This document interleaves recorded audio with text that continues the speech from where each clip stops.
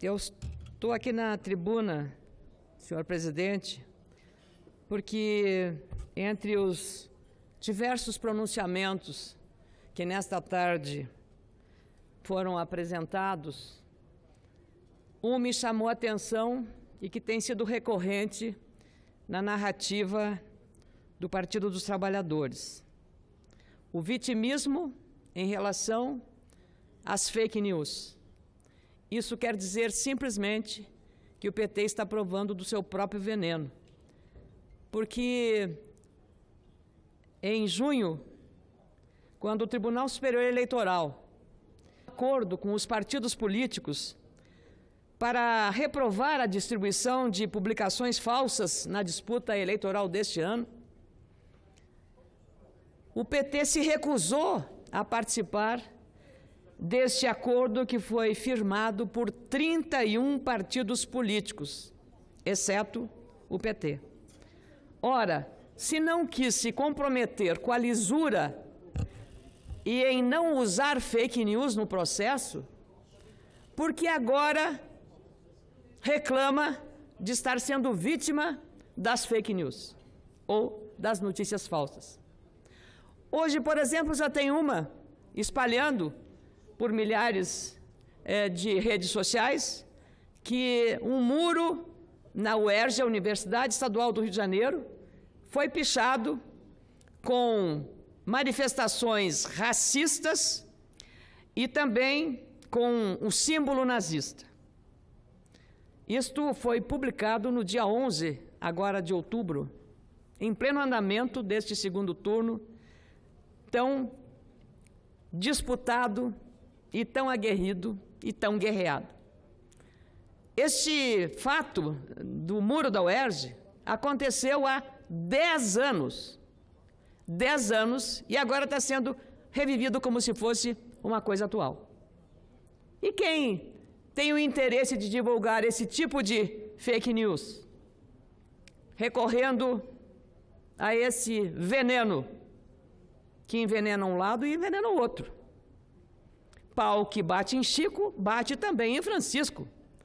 Mas a maior incoerência está exatamente em que o partido que reclama agora do vitimismo em relação ao impacto das fake news sobre a candidatura Fernando Haddad se negou a assinar um acordo com o TSE que visava exatamente fazer vigilância sobre as fake news no processo, senador Ayrton Sandoval. Nós precisamos ter coerência nas atividades, nas atitudes e na postura que temos, em todas elas. As agressões, e aí a gente vê recorrente a repetição disso, não só os partidos políticos firmaram este acordo para impedir o impacto das fake news. Entraram também os veículos, outros assinaram esse documento, o Google, o Facebook, a Associação Brasileira de Emissoras de Rádio e Televisão, a ABERT, a Associação de Jornais, a ANJ, e a Associação Nacional de Editoras de Revistas, a ANER. Ou seja, as instituições que estavam querendo e continuam desejando e continuam fazendo o seu trabalho de forma séria, responsável, assim como o TSE está fazendo.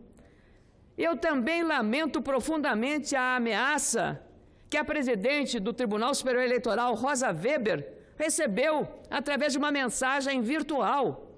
Isso não é admissível. Não podemos intimidar qualquer autoridade que seja inaceitável sob todos os aspectos, mas temos que ver que essa moeda tem dois lados. E é preciso ver os dois lados desta moeda que se chama fake news. Preciso também lembrar que aqui foi citado e mencionado várias agressões. Nenhuma agressão é aceitável numa campanha eleitoral. E nesta nós chegamos ao extremo do extremo de um candidato, que hoje lidera as pesquisas, quase ter sido assassinado. Quase ter sido assassinado. É tão grave uma suástica na pele de uma pessoa, quando 3 facadas que quase mataram Jair Bolsonaro. E quem era o atacante? Quem era o agressor?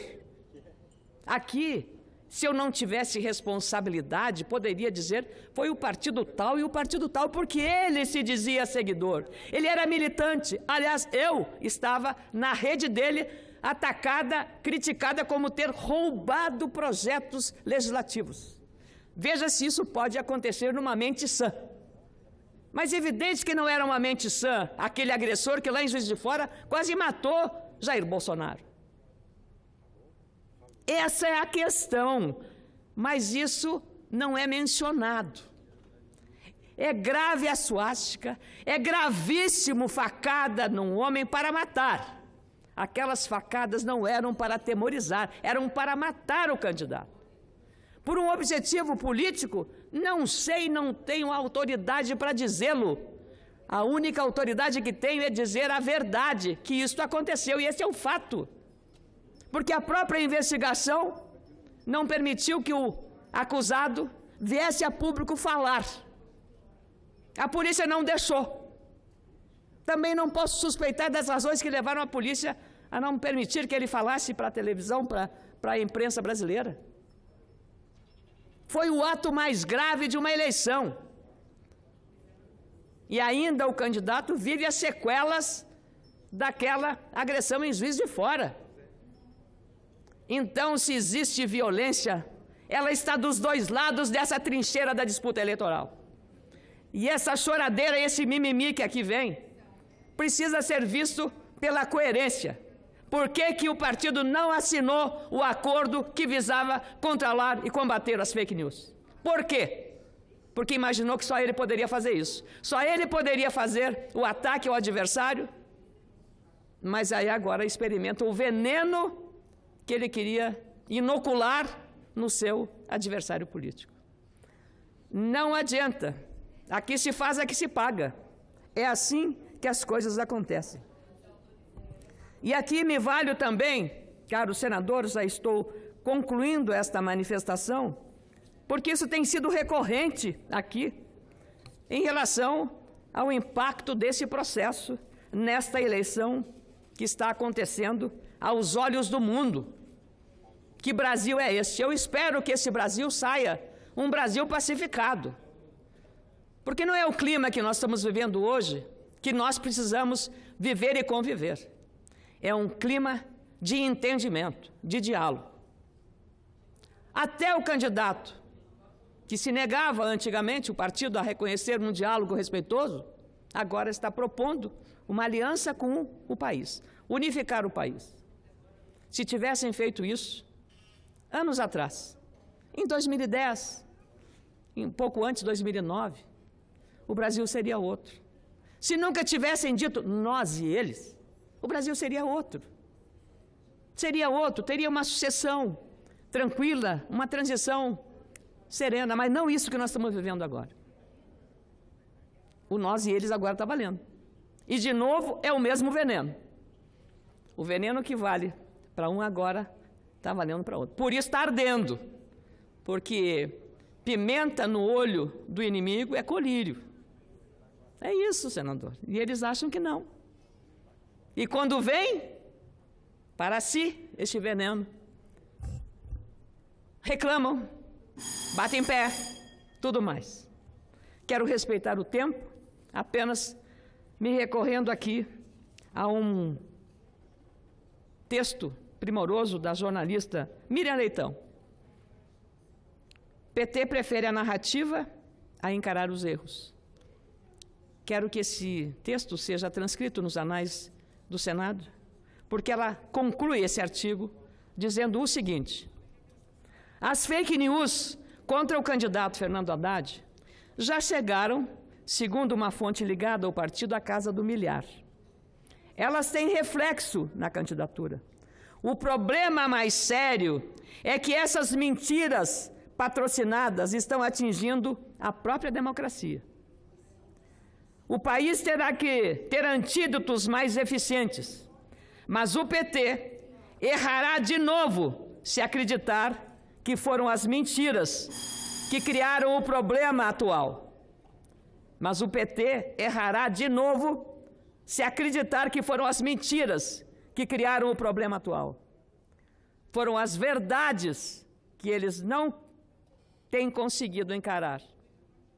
Repetindo, foram as verdades que ele, PT, não tem conseguido encarar.